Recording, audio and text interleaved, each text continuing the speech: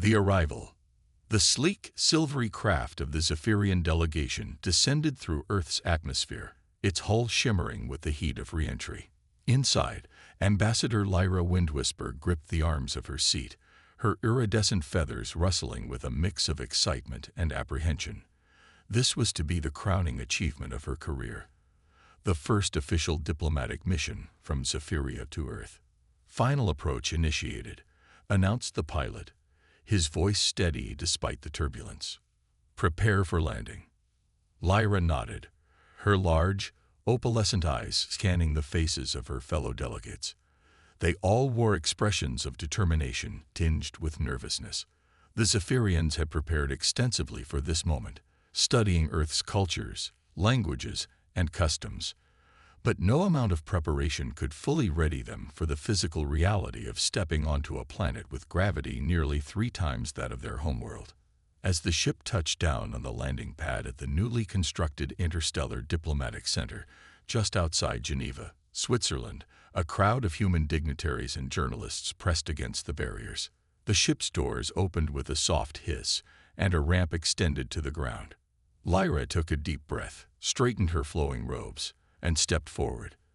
The moment her foot touched the ramp, she felt it, the crushing weight of Earth's gravity. Her legs trembled, muscles straining against a force they had never before encountered. She gritted her teeth, determined not to falter in front of the watching crowds. One step, another. Each movement was a battle against her own body. Lyra's chest heaved with the effort of breathing in the dense air. Behind her, she could hear the gasps and grunts of her fellow delegates as they too struggled with the oppressive gravity. Halfway down the ramp, disaster struck.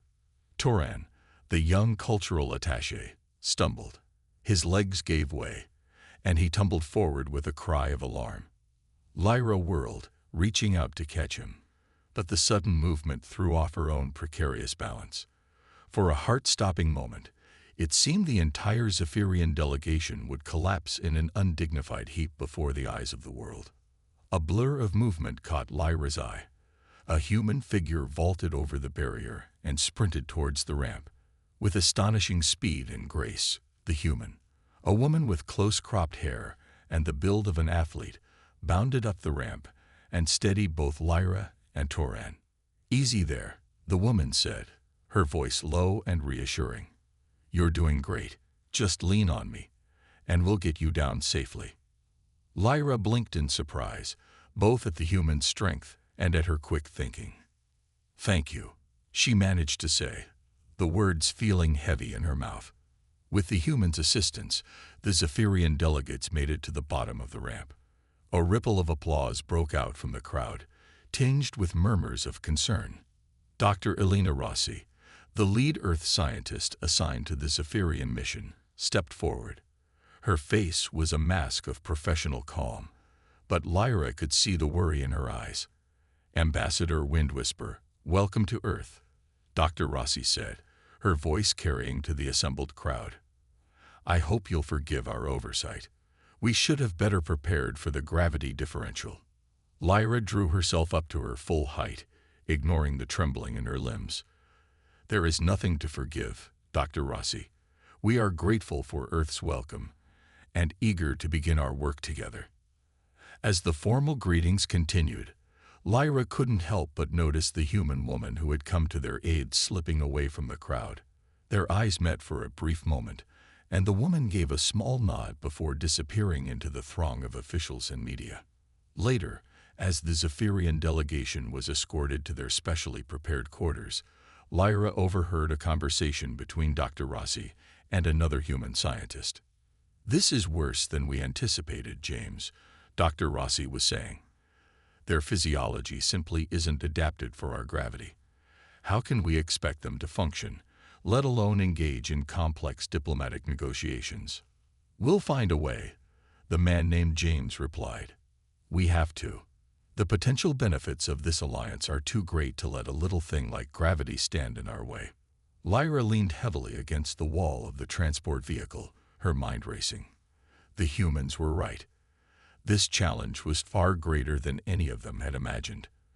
But she was determined to see this mission through, no matter the obstacles. As the vehicle hummed through the streets of Geneva, Lyra gazed out at the unfamiliar landscape, the towering buildings, the dense forests in the distance, the shimmering lake. It was all so different from the floating cities and low-gravity gardens of Zephyria. A wave of homesickness washed over her, quickly followed by a surge of determination. They would adapt. They had to. The future of both their worlds depended on it. In her quarters that evening, as Lyra struggled to move about in the oppressive gravity, a knock came at her door. She opened it to find the human woman who had helped them on the landing ramp. "Ambassador," the woman said with a small bow. "I'm Captain Sarah Chen, head of security for the diplomatic mission. I hope I'm not intruding, but I wanted to check on you and your team." Lyra gestured for her to enter, grateful for the distraction from her discomfort. "Not at all, Captain. Please come in. And thank you again for your assistance earlier." Sarah stepped inside, her eyes quickly taking in the modifications made to the room. The lower furniture, the handrails along the walls, the padding on every surface. "How are you holding up?" she asked, her tone softening. Lyra sank carefully into a chair, her muscles aching. "It's challenging," she admitted. "We knew it would be difficult, but the reality is beyond what we imagined." Sarah nodded, her expression thoughtful.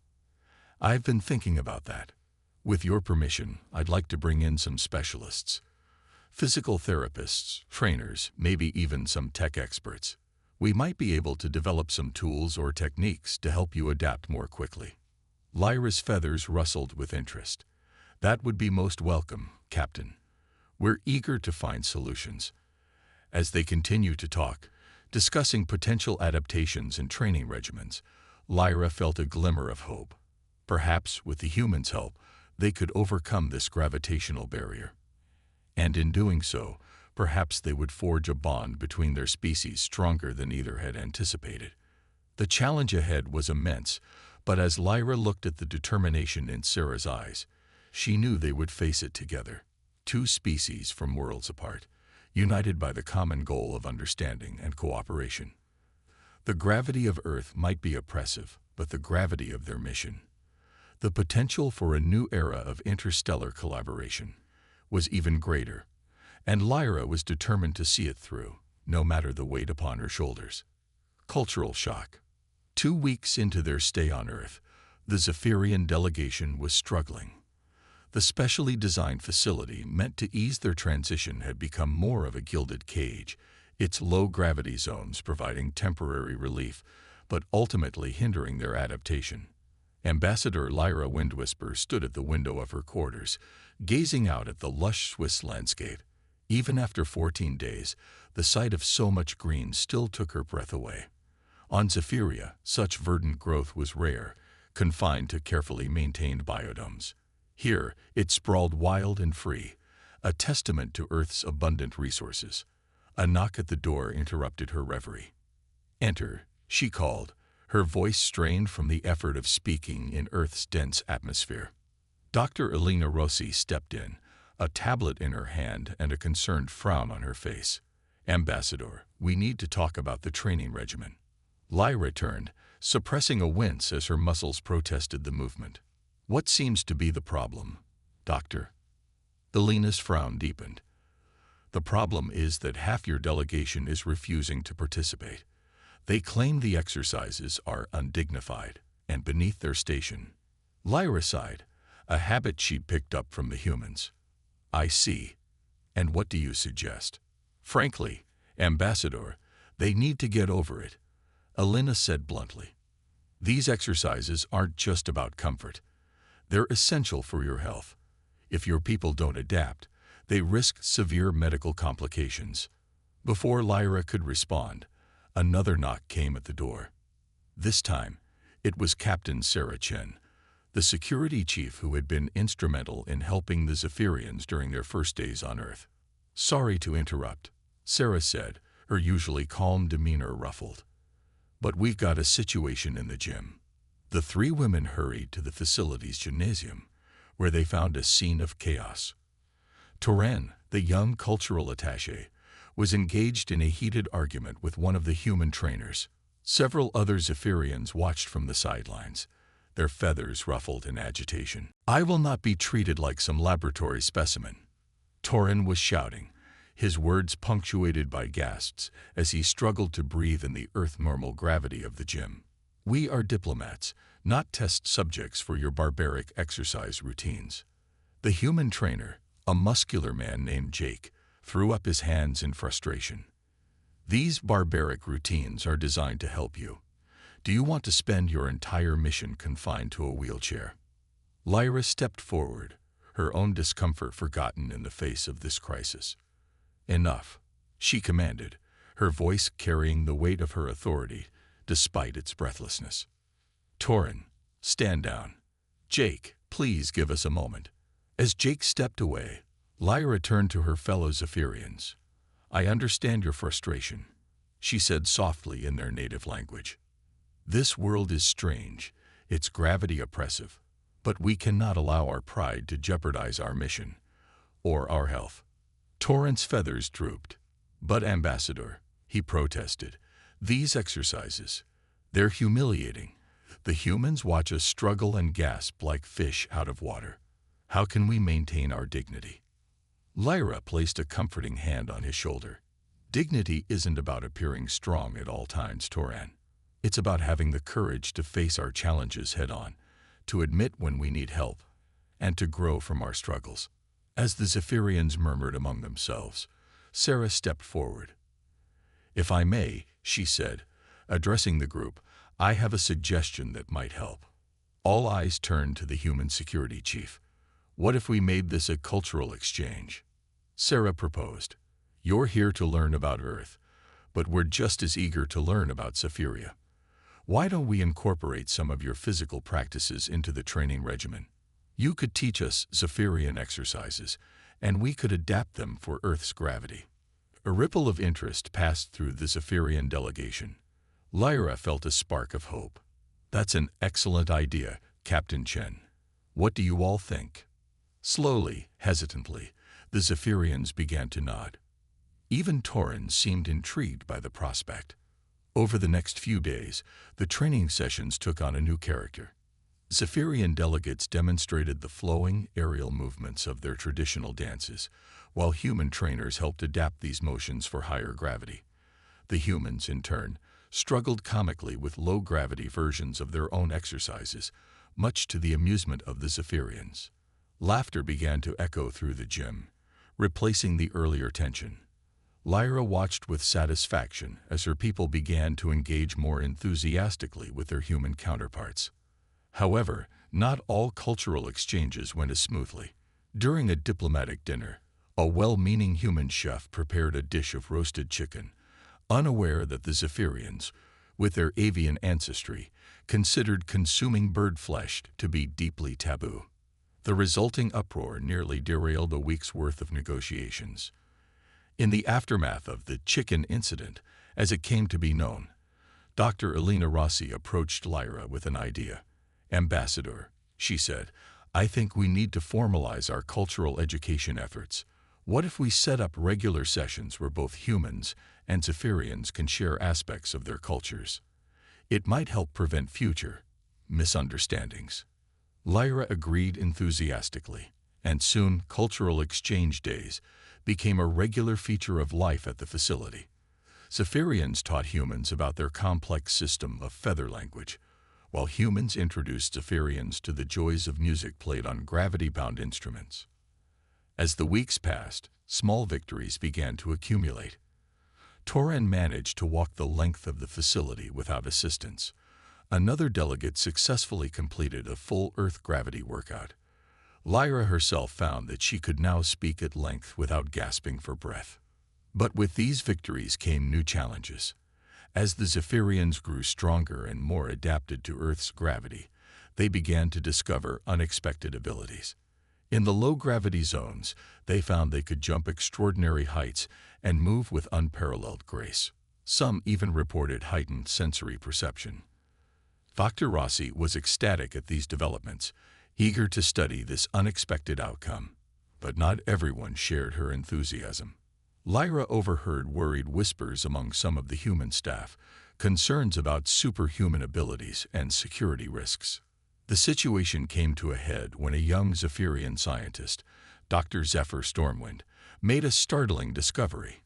While working in one of the facility's labs, he found that exposure to Earth's magnetic field, combined with their adaptation exercises, was altering Zephyrian physiology on a fundamental level. "Ambassador," Zephyr explained, his eyes shining with excitement, "I believe we're not just adapting to Earth's gravity, we're evolving. Our bodies are changing in ways we never anticipated. The potential implications for both our species are enormous." Lyra listened with growing alarm. If Zephyr was right, the consequences could be far-reaching, not just for their mission, but for the future of Zephyrian-human relations. As she prepared to bring this information to the human leadership, Lyra couldn't shake a feeling of unease. They had come to Earth seeking diplomatic ties and cultural exchange. But had they stumbled upon something far more profound and potentially dangerous? The gravity of the situation weighed heavily on her mind as she made her way to Dr. Rossi's office. Whatever came next would shape the future of both their worlds, and Lyra knew that the real challenges and opportunities were only just beginning. The breakthrough. Dr. Zephyr Stormwind's laboratory hummed with energy, both from the array of sophisticated equipment and from the palpable excitement of its occupants.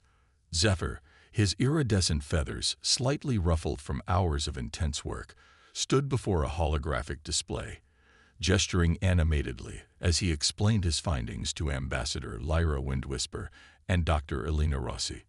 "It's not just adaptation," Zephyr said, his eyes gleaming. "Our bodies are undergoing a fundamental transformation at the cellular level. Earth's gravity, combined with its magnetic field and unique atmospheric composition, is triggering dormant genetic pathways in our physiology." Lyra leaned forward, her own feathers shimmering with interest. "And the implications of this, Dr. Stormwind?" Zephyr's excitement was contagious. "Potentially limitless, Ambassador. Increased strength, enhanced sensory perception, possibly even new abilities we haven't yet discovered. But more importantly, it could allow us to thrive on Earth without the need for constant low-gravity periods or assistive technology." Dr. Rossi, who had been quietly taking notes, finally spoke up. "This is fascinating, Dr. Stormwind, truly groundbreaking work. But I have concerns about the long-term effects and potential risks. We need more data, more controlled studies." Lyra nodded, her diplomatic training kicking in. "I agree. Dr. Stormwind, how quickly can you put together a comprehensive research proposal? We'll need to present this to both the Zephyrian High Council and the Earth's Interspecies Relations Committee." Zephyr's feathers drooped slightly. "A full proposal? That could take weeks, maybe months. Ambassador, with all due respect, we don't have that kind of time. Every day we delay is a day we could be making progress, unlocking the potential of our people to truly integrate with Earth society. And every day we rush ahead blindly is a day we risk catastrophic consequences," Dr. Rossi countered. "We're dealing with fundamental changes to Zephyrian biology. The ethical implications alone." Their debate was interrupted by a commotion outside the lab. Captain Sarah Chen burst in, her usual composure replaced by urgency. "Ambassador, doctors, you need to see this." They followed Sarah to the facility's gymnasium, where a crowd had gathered. In the center of the room, Toran, the young cultural attaché who had struggled so much with Earth's gravity, was performing feats that seemed to defy physics. Toran leaped, soaring nearly to the ceiling of the high-ceilinged room, then landed with cat-like grace. He moved with fluid speed, darting from one end of the gym to the other faster than the human eye could easily track. Most remarkably, he appeared to be manipulating small objects, dumbbells, water bottles, even a chair, without touching them, as if exerting some form of telekinesis. "By the winds of Zephyria," Lyra breathed, her professional demeanor momentarily forgotten in awe. Dr. Rossi was already moving, medical scanner in hand. Toran, how long have you been able to do this? When did these abilities manifest? Toran, realizing he had an audience, slowly lowered himself to the ground. The objects he had been manipulating clattered to the floor. I'm not sure, he said, looking dazed. I woke up feeling strange, lighter somehow. I came here to exercise, and suddenly, it was as if gravity itself bent to my will. Zephyr pushed forward, his earlier excitement now tinged with concern.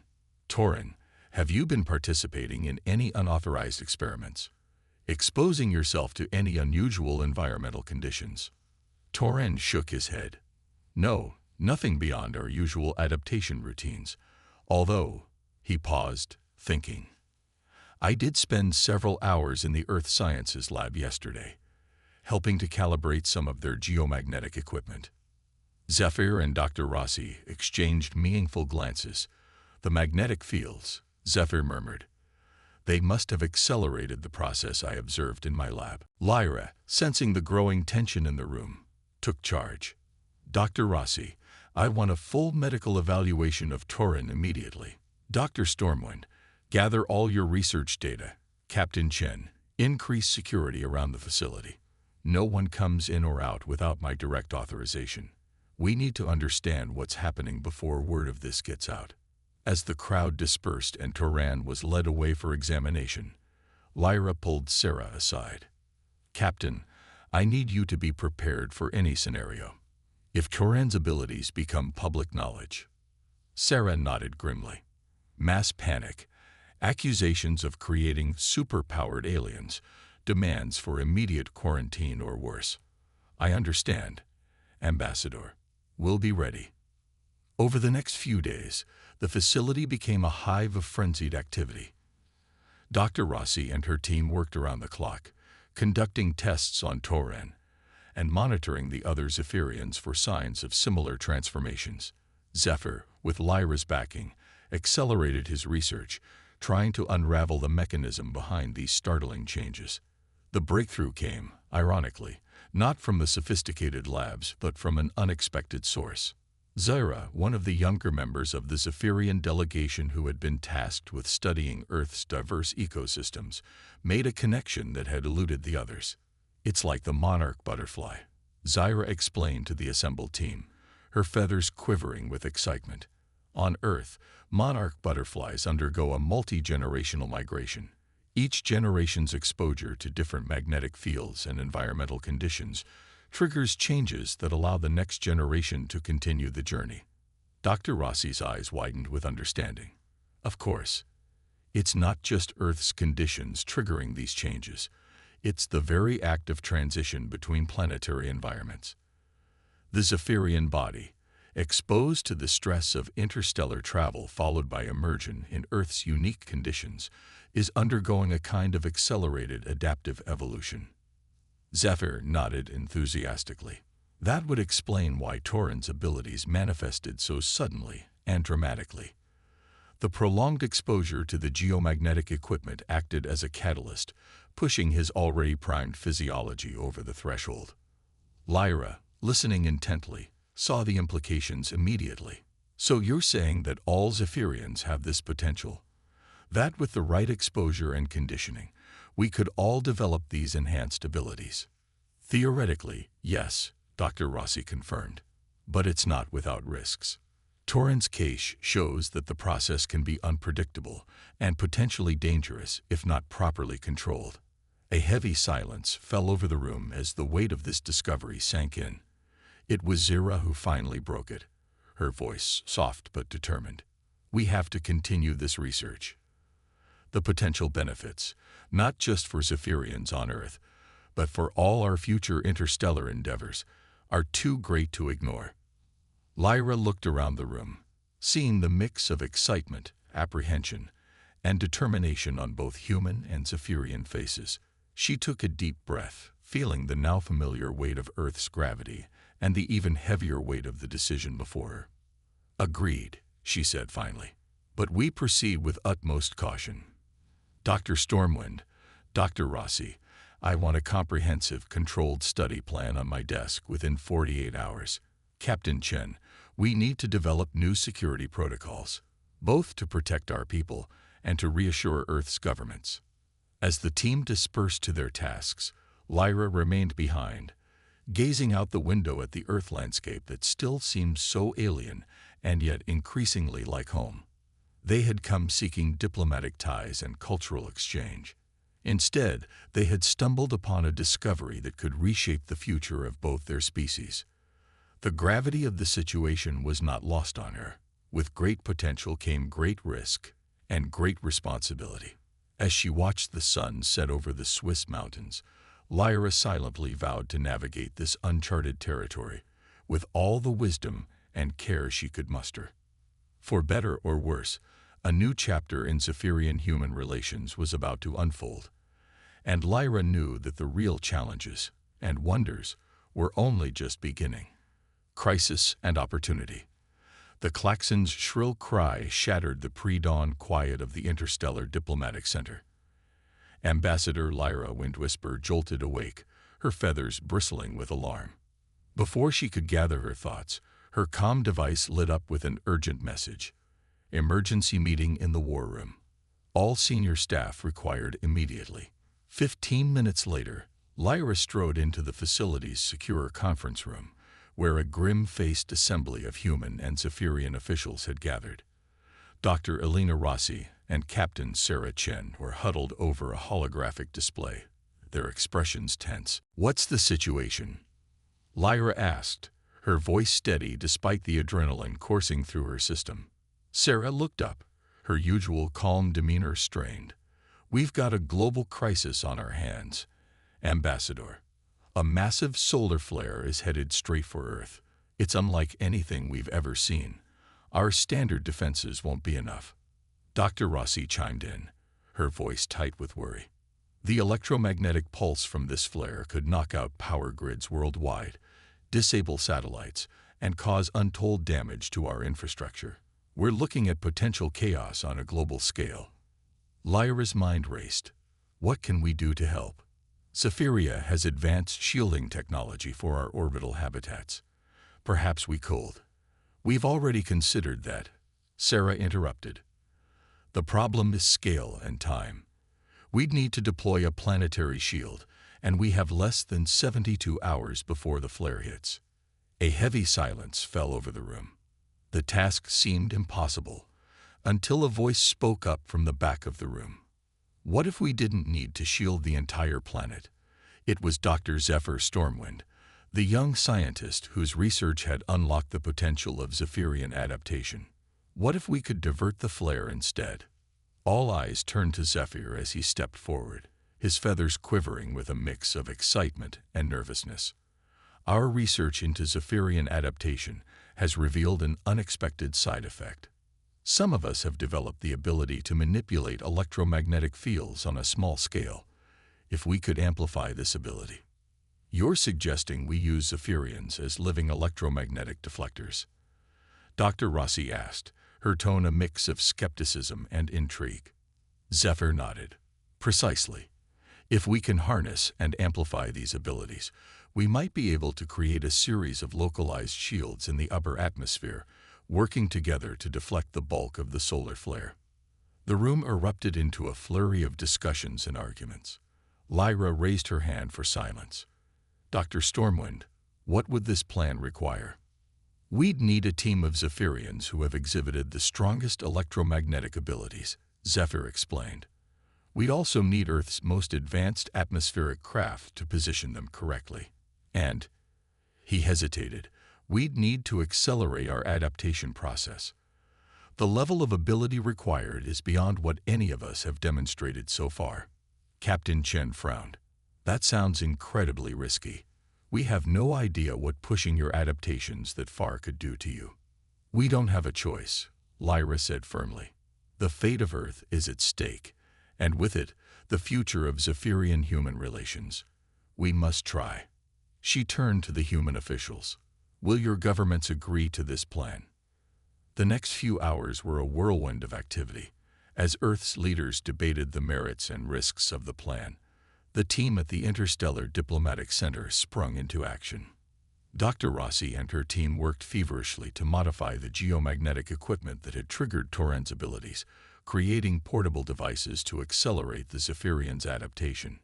Zephyr led a crash course in electromagnetic manipulation for the most promising Zephyrian volunteers. Toren, once struggling with Earth's gravity, now moved with fluid grace as he demonstrated techniques for bending magnetic fields. Lyra found herself in the midst of it all, coordinating between the scientific teams, the volunteers, and the increasingly panicked Earth governments. As the hours ticked by, she felt the weight of billions of lives on her shoulders. 48 hours before the solar flare was due to hit, the plan was put into motion. A fleet of Earth's most advanced aircraft, hastily retrofitted with Zephyrian technology, took to the skies. Aboard each craft was a team of Zephyrian volunteers, their bodies humming with newfound power, their minds focused on the monumental task ahead. Lyra insisted on joining one of the teams, despite protests from both humans and Zephyrians. "I cannot ask our people to take this risk if I am not willing to share it," she declared. As their craft ascended into the upper atmosphere, Lyra felt a strange sensation wash over her. The portable adaptation device strapped to her chest pulsed with energy, and suddenly she could feel the Earth's magnetic field as if it were a tangible thing, a vast ocean of energy surrounding the planet. First wave of the flare approaching, came the tense voice of their human pilot. "Zephyrian team, you're up." Lyra locked eyes with her teammates. No words were needed. As one, they'd reached out with their minds and their newfound abilities, grasping the invisible threads of Earth's magnetic field. The sensation was unlike anything Lyra had ever experienced. She could feel the raw power of the sun's fury bearing down on them, a tsunami of charged particles threatening to overwhelm Earth's natural defenses.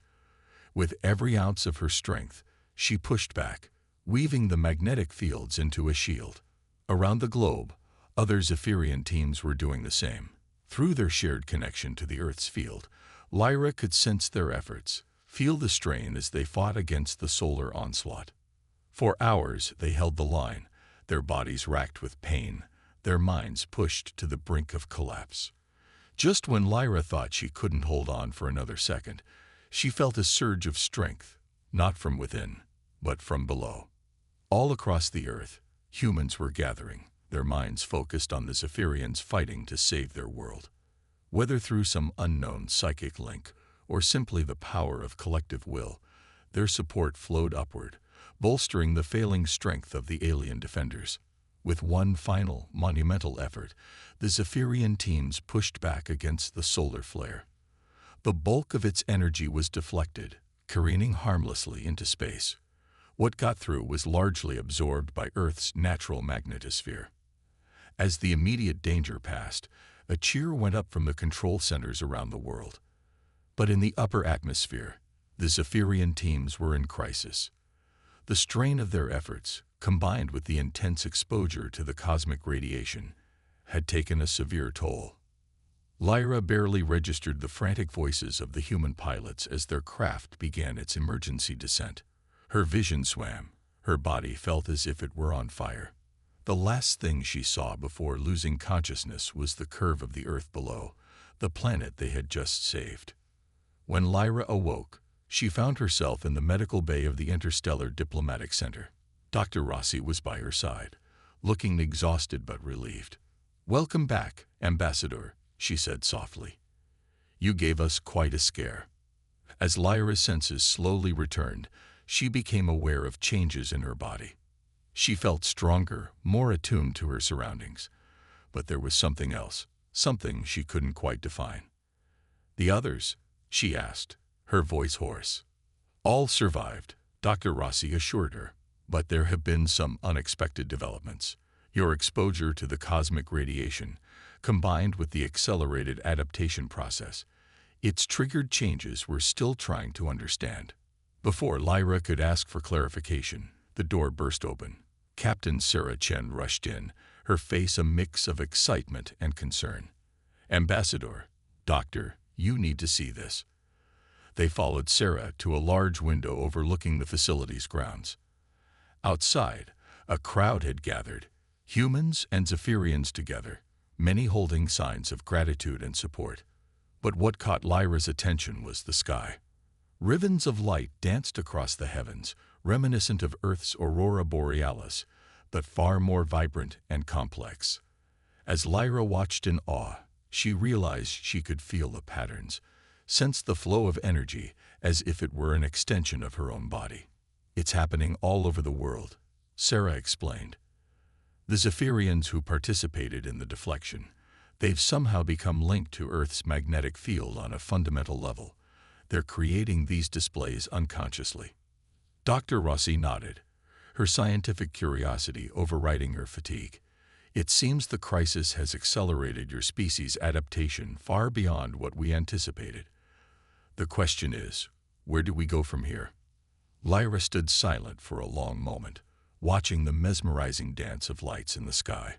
They had come to Earth seeking diplomatic ties, found themselves changed by its embrace, and now stood as its unexpected guardians. The crisis was over, but Lyra knew that the real challenges and opportunities were only just beginning. As the cheers of the crowd below reached her ears, she straightened her shoulders, ready to face whatever came next. "We go forward," she said simply. "Together. New horizons." 6 months had passed since the solar flare crisis, and Earth was a changed world. The Interstellar Diplomatic Center, once a closely guarded facility, had become a hub of global activity. Scientists, diplomats, and curious civilians from all corners of the planet flocked to witness the marvel of human-Zephyrian cooperation.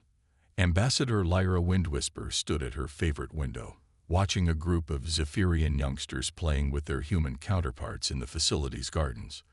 The sight never failed to warm her heart. The children moved with an easy grace that belied the struggle their elders had faced in adapting to Earth's gravity. "Quite a sight, isn't it?" The voice belonged to Dr. Elena Rossi, who had joined Lyra at the window. "Sometimes I still can't believe how far we've come." Lyra nodded, her iridescent feathers shimmering in the sunlight. "Indeed, though I suspect our journey is far from over." As if on cue, Captain Sarah Chen appeared, tablet in hand. "Ambassador, Doctor, the UN Security Council is ready for our presentation. Are you prepared?" Lyra took a deep breath, feeling the now familiar thrum of Earth's magnetic field coursing through her body. "As ready as we'll ever be. Let's go change the world. Again." The trio made their way to the newly constructed auditorium, where representatives from every nation on Earth waited. The tension in the room was palpable. Today's presentation would shape the future of human-Zephyrian relations for generations to come. As Lyra took the stage, she felt a momentary pang of nervousness. But then she caught sight of Dr. Zephyr Stormwind and Toran in the front row, offering encouraging smiles, and her resolve strengthened. "Distinguished representatives of Earth," Lyra began, her voice clear and strong. "6 months ago, our two species faced an unprecedented crisis together. Today, we stand before you to propose an equally unprecedented partnership." Dr. Rossi stepped forward, activating a holographic display. "As you know, the Zephyrians who participated in deflecting the solar flare underwent significant physiological changes. What you may not know is that these changes have continued to evolve." The display showed a series of medical scans comparing Zephyrian physiology before and after the crisis.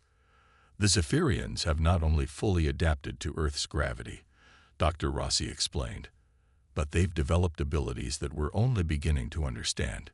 Enhanced strength, accelerated healing, and most intriguingly, a symbiotic relationship with Earth's magnetic field." Murmurs rippled through the audience. Lyra raised a hand for silence.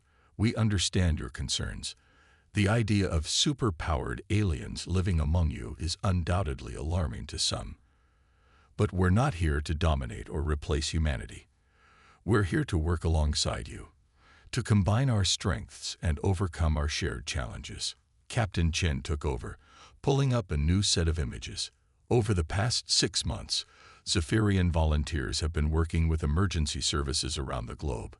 Their ability to manipulate electromagnetic fields has proven invaluable in everything from search and rescue operations to neutralizing dangerous electromagnetic pulses from solar activity. The display shifted to show Zephyrians working alongside human scientists in various labs. Moreover, Chen continued, the unique perspective of the Zephyrians has led to breakthroughs in fields ranging from clean energy to space exploration. Their innate understanding of low-gravity environments and electromagnetic fields is revolutionizing our approach to interstellar travel. Lyra stepped forward again. But perhaps most importantly, we've learned that our adaptation isn't a one-way street. Just as we've been changed by Earth, we've discovered that prolonged exposure to Zephyrians is triggering subtle changes in human physiology as well. This announcement sent a shockwave through the auditorium. Dr. Rossi quickly jumped in to elaborate.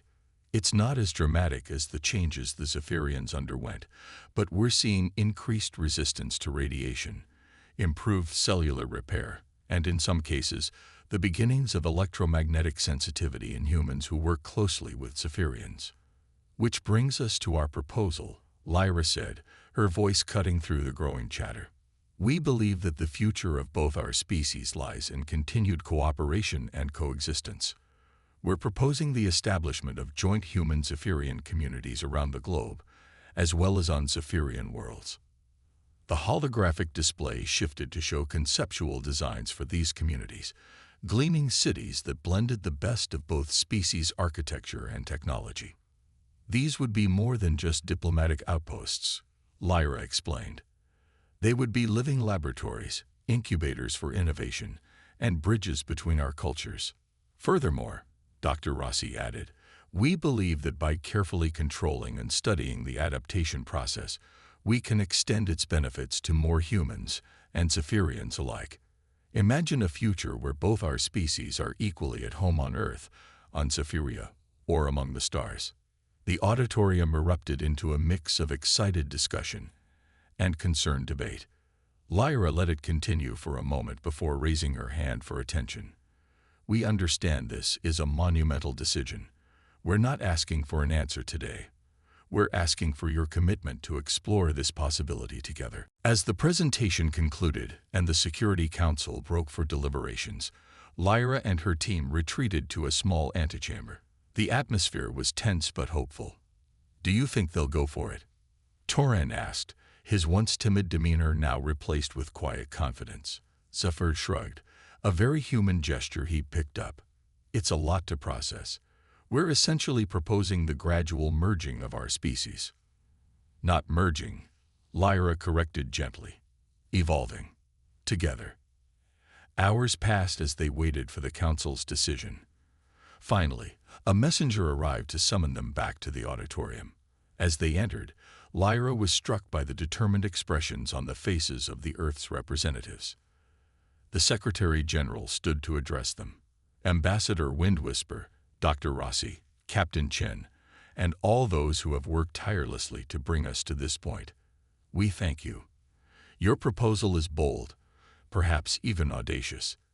It challenges our notions of what it means to be human, of what it means to be Zephyrian. Lyra held her breath, feeling the support of her team around her. And yet, the Secretary General continued, a smile breaking across his face. It offers a vision of a future more extraordinary than we ever dared to imagine. The Security Council has voted, unanimously, to move forward with your proposal. The room erupted in applause and cheers. Lyra felt tears of joy prickling at her eyes as she embraced her colleagues, her friends. As the celebration continued around them, Lyra found herself once again drawn to the window. The sun was setting, painting the sky in hues of orange and purple.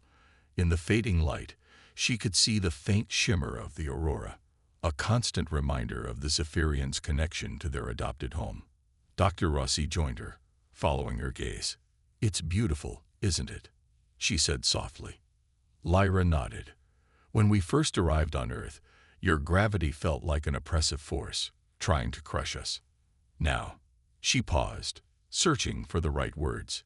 Now it feels like an embrace, holding us, challenging us to grow stronger, to reach higher. Gravity's embrace, Dr. Rossi mused. I like that. As they stood there, watching the stars emerge in the darkening sky, Lyra felt a profound sense of hope. They had come so far, overcome so much, and yet she knew this was just the beginning. Out there, among those distant points of light, lay countless worlds waiting to be discovered. And now, humans and Zephyrians would explore them together, two species, transformed by their encounter, united in their quest to understand the universe and their place within it. The gravity of their shared destiny pulled them forward, into a future bright with promise and possibility. And Lyra, along with all those who had been part of this extraordinary journey, was ready to embrace it with open arms and unfurled wings.